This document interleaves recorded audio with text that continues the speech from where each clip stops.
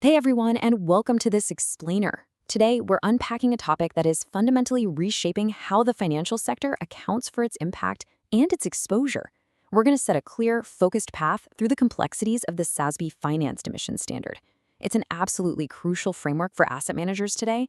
By the end of this, you'll have a rock-solid understanding of exactly what the framework demands and how you can actually apply it to your own reporting. Let's get right into it. So I want you to think about this question for a second. What is the true carbon footprint of an investment portfolio? When we talk about climate risk and asset management, it rarely lives in the electricity bill for a corporate headquarters, right? The actual threat to your balance sheet doesn't come from your office's HVAC system. The real, systemic climate risk actually lives inside the investments themselves. The reality is, a financial institution's true climate risk is buried deep within its portfolios. The source material outlines that counterparties, borrowers, or investees with higher emissions might be significantly more susceptible to systemic changes in the global economy, which then bounces directly back onto the asset manager. This manifests as credit risk. Imagine financing clients who suddenly get hit by stringent, totally unexpected carbon taxes that just cripple their ability to repay. It also shows up as market risk, reputational risk from financing highly scrutinized fossil fuel projects, and the very real financial risk of sudden technological shifts, leaving your funded assets entirely stranded and obsolete. Now, before we dig into the specific accounting codes, let's establish a shared baseline. What exactly are financed emissions? According to the standard, they're the greenhouse gas emissions attributed to assets under management. Measuring this serves as a primary indicator of an entity's exposure to those climate-related risks and opportunities we just talked about.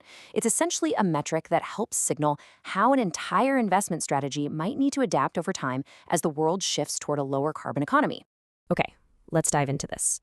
The SASB standard establishes a framework anchored by 4 interconnected metrics under the code FNAC 410B. Together, these form a complete, highly transparent picture of an asset manager's financed emissions. The goal here isn't just to throw random numbers at a wall, it's to create a standardized, comparable data set that investors and regulators can use to genuinely understand where a firm's exposure lies. Here is our roadmap for today. We'll start with metric 1, absolute gross emissions, then scale that by looking at metrics 2 and 3, AUM disclosures. From there, we'll unpack metric 4, the calculation methodology, and finally wrap up with our strategic takeaways. Moving right into our first section, we're looking at the core metric, absolute gross emissions, classified under FNAC 410B.1. For your reporting, the standard explicitly states that you must disclose your absolute gross financed emissions and disaggregate or break down those emissions into 3 specific categories: Scope 1, Scope 2, and Scope 3 greenhouse gas emissions. So what does this actually mean in practice? Well, it means you have to account for everything from a portfolio company's direct factory emissions, which is Scope 1, to the purchased electricity they use, Scope 2, all the way down their entire supply chain and product lifecycle, which makes up Scope 3. In doing all of this, the reporting entity has to apply the measurement requirements from the IFRS S2 standard to ensure the data is completely rigorous, verifiable, and globally comparable. Now, what's really interesting about this slide is a crucial exception built into the standard. Entities are officially permitted to exclude greenhouse gas emissions that are attributable to derivatives. But there is a catch. If you apply this relief, you must explicitly explain what you have treated as a derivative. You've got to clearly define your terms so users of your financial reports understand exactly how the relief was applied and, more importantly, what climate risks might be sitting off balance sheet. You can't just hide behind the label of derivatives. You have to show your work. That brings us to our next core requirement. Let's look at how much of your assets under management are included with metrics 2 and 3. Metric 2 is fundamentally about scaling your emissions data so it makes sense in a financial context. It requires you to disclose the total amount of AUM that is actually included in the financed emissions disclosure you just made for those Scope 1, 2, and 3 categories. And this must be expressed as a hard dollar figure in the presentation currency of your financial statements. By doing this, it anchors the raw emissions data to real financial value, allowing stakeholders to see the exact economic footprint tied to that carbon footprint. Building right on top of that is metric 3. This metric requires you to disclose the exact percentage of your total assets under management that made it into your financed emissions calculation. It acts as a really quick, transparent visual for the market, showing exactly how comprehensive your reporting is across your entire portfolio. Now, in a perfect world, a firm reports 100% of its AUM. But given data availability issues with certain private or complex asset classes, we know that's rarely the case on day one. So the crucial point is this. If that included AUM percentage is less than 100%, you can't just leave a blank space or quietly omit the tough stuff. The standard strictly requires you to explain the exclusions. You absolutely must detail the specific types of assets that were left out of the calculation and provide the exact associated amount of AUM for those excluded assets. Transparency isn't just encouraged here, folks. It is mandated. This prevents firms from cherry-picking their cleanest assets for the emissions calculation while quietly sweeping their carbon-heavy, hard-to-measure investments under the rug. This naturally brings us to our third section, Metric 4, Calculation Methodology.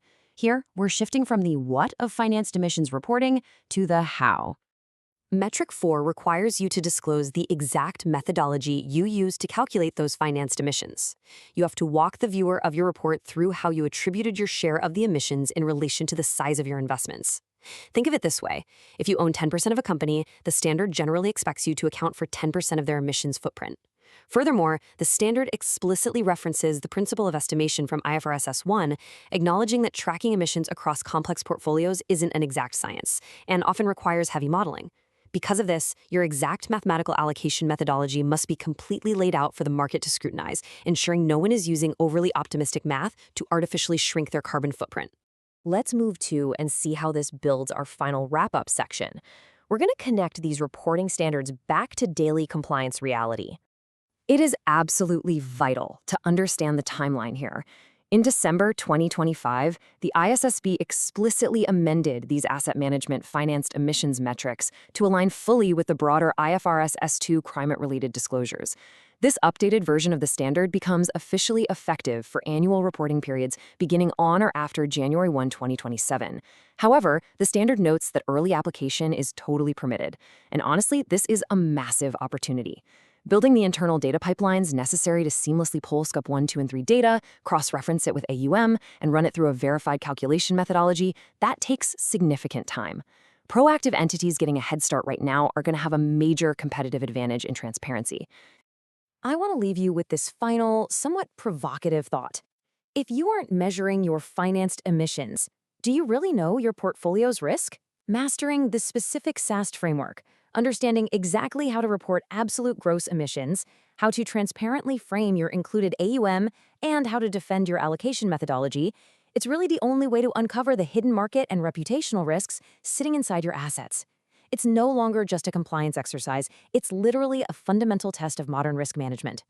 Thank you for joining me for this explainer. I really hope it helps you see your portfolios with incredible new clarity.